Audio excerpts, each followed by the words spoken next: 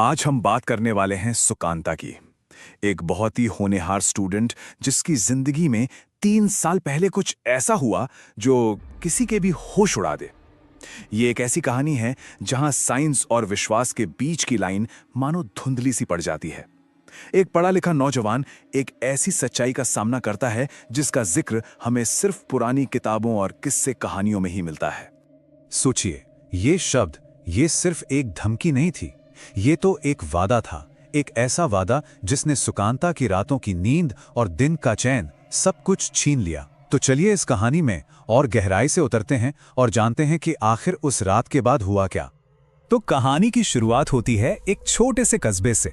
सुकांता वहां अपनी आगे की पढ़ाई के लिए गया था।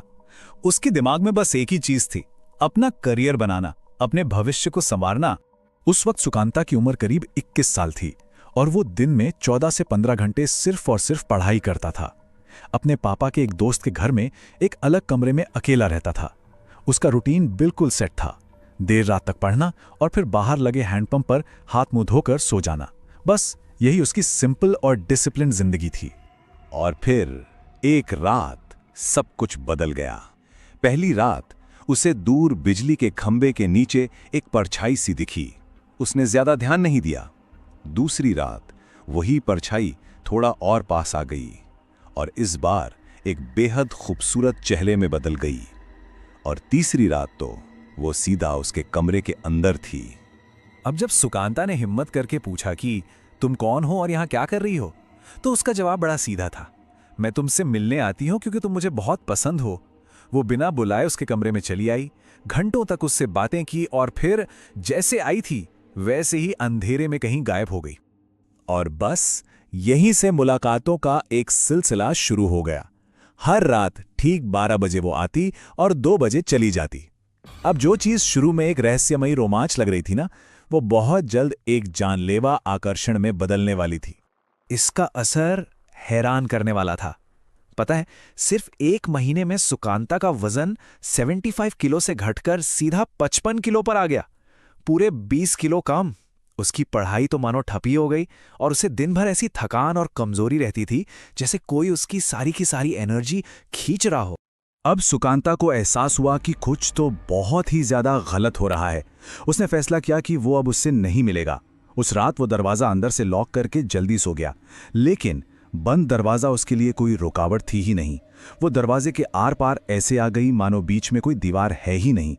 अब यह साफ हो चुका था कि सुकांता का सामना किसी इंसान से नहीं बल्कि किसी ऐसी शक्ति से है जिसका जिक्र सिर्फ कहानियों में मिलता है। तो अब सुकांता समझ चुका था कि ये कोई आम लड़की नहीं है। डर के मारे उसने वहां से भागने का फैसला किया। उसे लगा कि अगर वो अपने गांव, अपने परिवार के पास वापस चला जाएगा तो शायद इस बला से उसका पीछा छूट जाएगा। जाने से पहले उसने अपने मकान मालिक गौतम जी को सारी बात बताई। अब गौतम जी को पहले तो बिल्कुल यकीन नहीं हुआ, कौन ही ऐसी बातों पे यकीन करता है। लेकिन जब उन्होंने छिपकर अपनी आंखों से उस लड़की को ठीक 12 बजे हवा में से प्रकट होते देखा तो सच में उनके होश उड़ गए। उन्होंने तुरंत सुकांता के पिता को फोन लगाया और कहा, जितनी जल्दी हो सके अपने बेटे को यहां से ले जाओ। सुकांता अपने गांव पहुंचा। उसे लगा कि चलो अब सब ठीक हो जाएगा। वो चैन की सांस ले ही रहा था कि उसी रात उसकी आंख खुली और उसने क्या देखा कि वही लड़की उसके बिस्तर के पास बैठी उसे घूर रही थी। मतलब भागना बेकार था, वो उसके पीछे पीछे उसके घर तक आ पहुंची थी। जब सारे रास्ते बंद हो गए तो परिवार ने अपनी आखिरी उम्मीद के साथ एक ज्ञानी पंडित जी से बात की। पंडित जी ने सुकांता को देखते ही पहचान लिया कि उसके पीछे कौन सी शक्ति पड़ी है और उसे बचाने के लिए उन्होंने एक बहुत ही खतरनाक योजना बनाई। पंडित जी ने बताया कि सुकांता के पीछे एक पिशाचिनी पड़ी है। हमारी लोक कथाओं में पिशाचिनी एक ऐसी आत्मा होती है जो अपना रूप बदल सकती है और इंसानों पर काबू पा सकती है। अक्सर ऐसी मान्यताएं उन घटनाओं को समझाने के लिए होती हैं जहां कोई इंसान अचानक बहुत ज्यादा बीमार पड़ जाए या उसका बर्ताव बदल जाए, और कहते हैं अगर उसे कोई पसंद आ जाए तो वो उसका पीछा कभी नहीं छोड़ती। पंडित जी का प्लान बहुत ही चालाकी भरा था, लेकिन था उतना ही रिस्की।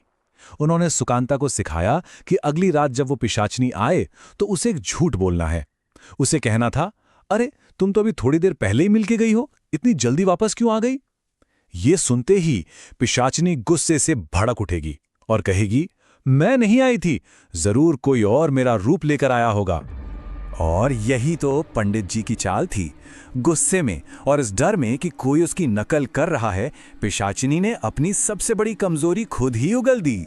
उसने सुकांता से कहा कि उस धोखेबाज को भगाने का सिर्फ एक ही तरीका है, एक खास पवित्र पौधा जिसे वो खुद छू भी नहीं सकती। अब सुकांता की असली परीक्षा शुरू हुई। उसे उसी पिशाचिनी की मदद से अपनी सुरक्षा का हथियार हासिल करना था। यह एक ऐसा दांव था जिसमें एक छोटी सी भी गलती उसकी जान ले सकती थी। पिशाचिनी खुद सुकांता को एक विशाल नारियल के पेड़ के पास ले गई, जिसके पीछे वो खास पौधा उगा हुआ था। सुकांता ने उस पौधे को उखाड़ा और जैसे ही पौधा उसके हाथ में आया, पिशाचिनी उससे दूर हट गई। वो उसे छू नहीं सकती थी। बाद में पंडित जी ने उसी पौधे से 3 बहुत शक्तिशाली ताबीज बनाए और उन्हें सुकांता के गले और दोनों भुजाओं पर कसकर बांध दिया। अगली रात जब पिशाचिनी ने सुकांता को तावीज पहने देखा तो वो चौंक गई। पहले तो उसने प्यार से समझाया, मैं तुमसे बहुत प्यार करती हूं, इन चीजों को हटा दो ताकि हम फिर से एक हो सकें। लेकिन जब सुकांता अपनी जगह से टस से मस नहीं हुआ तो उसका प्यार सीधी धमकी में बदल गया। उसने कहा, अगर तुमने ये तावीज नहीं हटाया तो मैं तुम्हारे पूरे परिवार को बर्बाद कर दूंगी। सुकांता बच तो गया, लेकिन ये जीत अधूरी थी। वो सुरक्षित तो है, पर हमेशा हमेशा के लिए उन तावीज़ों का कैदी बन गया है। ये सिर्फ एक शारीरिक बंधन नहीं, बल्कि एक मानसिक कैद है, जहां डर हमेशा बना रहता है। वो उन्हें कभी नहीं उतार सकता, क्योंकि जिस दिन उसने ऐसा किया, वो उसे अपने साथ ले जाएगी। आज भी सुकांता उन तावीज़ों के सहारे ही जी रहा है। लेकिन सवाल ये है कि आखिर एक तावीज़ उसे कब तक बचा सकता है। ये एक बहुत ही नाजुक शांति है जो कभी भी किसी भी पल भंग हो सकती है। और एक सवाल ये भी उठता है कि अगर कोई सुकांता की जगह होता तो उसे क्या चुनना चाहिए था, एक खतरनाक शक्ति के साथ रहना या फिर जिंदगी भर के लिए एक तावीज़ का कैदी बनकर जीना।